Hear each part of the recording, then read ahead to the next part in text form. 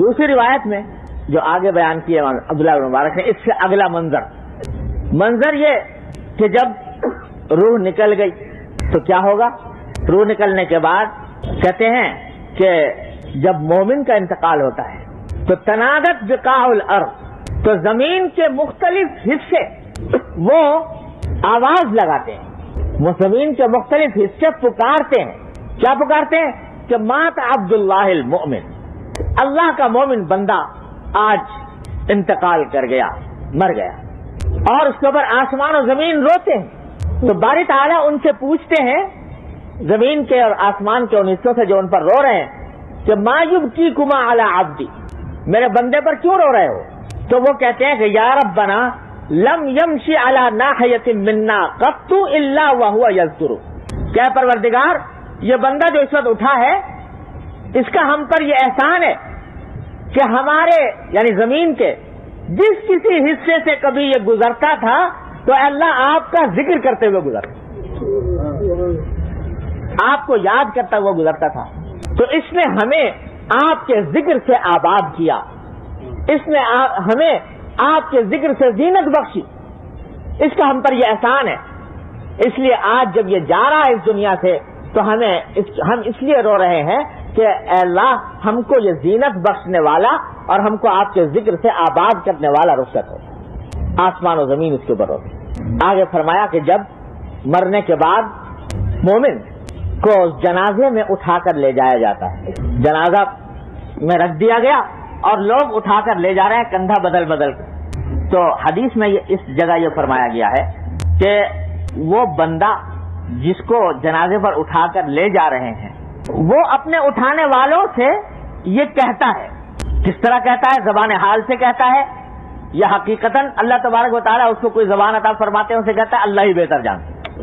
لیکن کہتا ہے کیا کہتا ہے کہ اسرعوا بی، مجھے جلدی لے جاؤ، مجھے جلدی لے جاؤ. کیوں؟ اس واسطے کہ ایک بہترین منزل میرا انتظار کر رہی ہے، ایک ایسے وطن میں پہنچنا ہے جس کی طرف میں میری ساری زندگی گزاری، اس واسطے مجھے جلدی لے جاؤ. اور اسی وجہ سے حدیث میں فرمایا نبی کریم صلی اللہ علیہ وسلم نے کہ جب کسی کا انتقال ہو جائے تو چاہے وہ مومن ہو یا کافر، نیک ہو یا بد، اس کو جلدی سے جلدی دفن کرنے کی کوشش کرو. کیوں؟ حدیث میں خود وجہ بیان فرمائی کہ اگر وہ مومن تھا، نیک تھا، تو بھائی اس کو اپنی منزل پر پہنچنے میں کیوں دیر کراتے ہو؟ جلدی سے جلدی اس کو پہنچاؤ اپنی منزل پر. اللہ تبارک و تعالیٰ کی رحمتوں کی آغوش میں اس کو جانا ہے تو اس کے راستے میں رکاوٹ نہ بنو، جلدی سے جلدی اس کو پہنچاؤ. اور اگر وہ کافر ہے اور برا ہے تو حدیث میں فرمایا فلا یبعد الا اہل النار، کہ بھئی جب دوزخی ہے تو دوزخی کو جلدی سے جلدی اپنے آپ سے رخصت کرو، اپنے آپ سے ہٹاؤ، اس کو تو جلدی سے جلدی رخصت کرو. تو ہر حالت میں مردے کو جلدی سے جلدی دفن کرنے کی کوشش، یہ اس کی تاکید فرمائی نبی کریم صلی اللہ علیہ وسلم. ہمارے یہاں اس بارے میں بڑی غفلتیں ہوتی ہیں، بہت دیر کر دی جاتی ہے بلا وجہ. کسی معقول وجہ کی وجہ سے ہو، عذر کی وجہ سے ہو تو بات دوسری، لیکن عام حالات میں جلدی سے جلدی جتنا ہو سکے تجہیز و تکفین میں اور دفن میں جلدی کرنے کا حکم ہے شریعت کے اندر. بہرحال فرمایا کہ وہ کہتا یہ ہے کہ مجھے جلدی لے جاؤ اپنی منزل کی طرف. فَإِذَا وُضِعَ فِي لَحْدِهِ، جب اس کو لحد میں رکھ دیا جاتا ہے قبر میں، تو کلمتہ الارض، تو جس زمین پر اس کو رکھا گیا وہ اس سے بات کرتی ہے، وہ کہتی ہے مردے کو، کیا کہتی ہے؟ قالت له ان كنت لاحبك وانت على ظهري فانت الان احب الي. وہ زمین اس سے خطاب کر کے کہتی ہے کہ اے اللہ کے بندے، جب تو میری پشت پر چلا کرتا تھا تو میں اس وقت بھی تجھ سے محبت کرتی تھی، جب تو میری پشت پر چلتا تھا تو اس وقت بھی میں تجھ سے محبت کرتی تھی، اور آج جب تو میری آغوش میں آ گیا تو آج تو مجھے اس سے زیادہ محبوب ہے. فانت الان احب الی.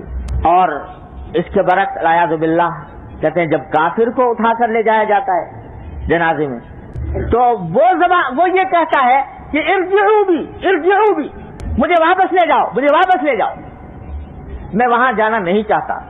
اور جب اس کو اس کی قبر میں رکھ دیا جاتا ہے تو زمین اس سے بھی بات کرتی ہے اور کہتی ہے کہ جب تو میری پشت پر چلا کرتا تھا تو میں تجھ سے بغض رکھتی تھی، میں تجھے ناپسند کرتی تھی، اور آج جب تو میرے اندر آ گیا تو تو مجھے پہلے سے زیادہ مبغوض ہے، مجھ سے پہلے سے زیادہ ناپسند ہے۔ یہ کلام کرتے، یہ اس طرح استقبال ہوتا ہے قبر کی طرف سے اور زمین کی طرف سے، مومن کا اس طرح اور کافر کا اس طرح۔ اگلی روایت میں یہ بیان فرمایا گیا کہ جب میت کو رکھ دیا گیا قبر کے اندر تو کیا ہوتا ہے، کہتے ہیں ان المیت یقعد فی حفرتی، کہ میت کو بعد میں اس قبر کے اندر بٹھایا جاتا ہے۔ کس طرح بٹھایا جاتا ہے؟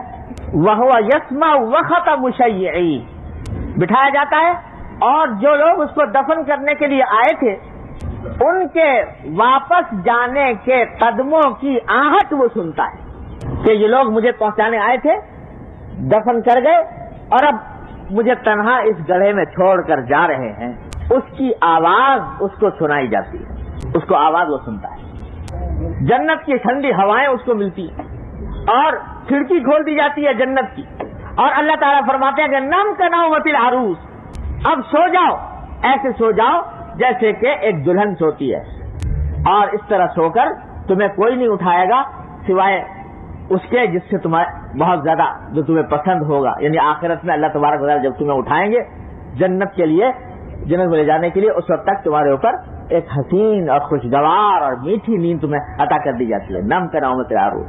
اور اگر خدا نہ کرے اعمال خراب ہوں، العیاذ باللہ العلی العظیم، اعمال خراب ہوں تو اسی قبر کے اندر یہ قبر ہی ظلمت کا اور عذاب کا منظر پیش کرتی ہے۔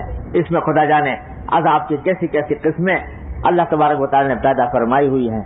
اسی قبر کے اندر تاریکی ہوتی ہے، اسی کے اندر سانپ بچھو ہوتے ہیں، اسی کے اندر اللہ بچائے اس کے اندر مار پیٹ ہوتی ہے، اور کیا کچھ ہوتا ہے احادیث کے اندر تفصیل اس کی آئی ہے عذاب قبر کی۔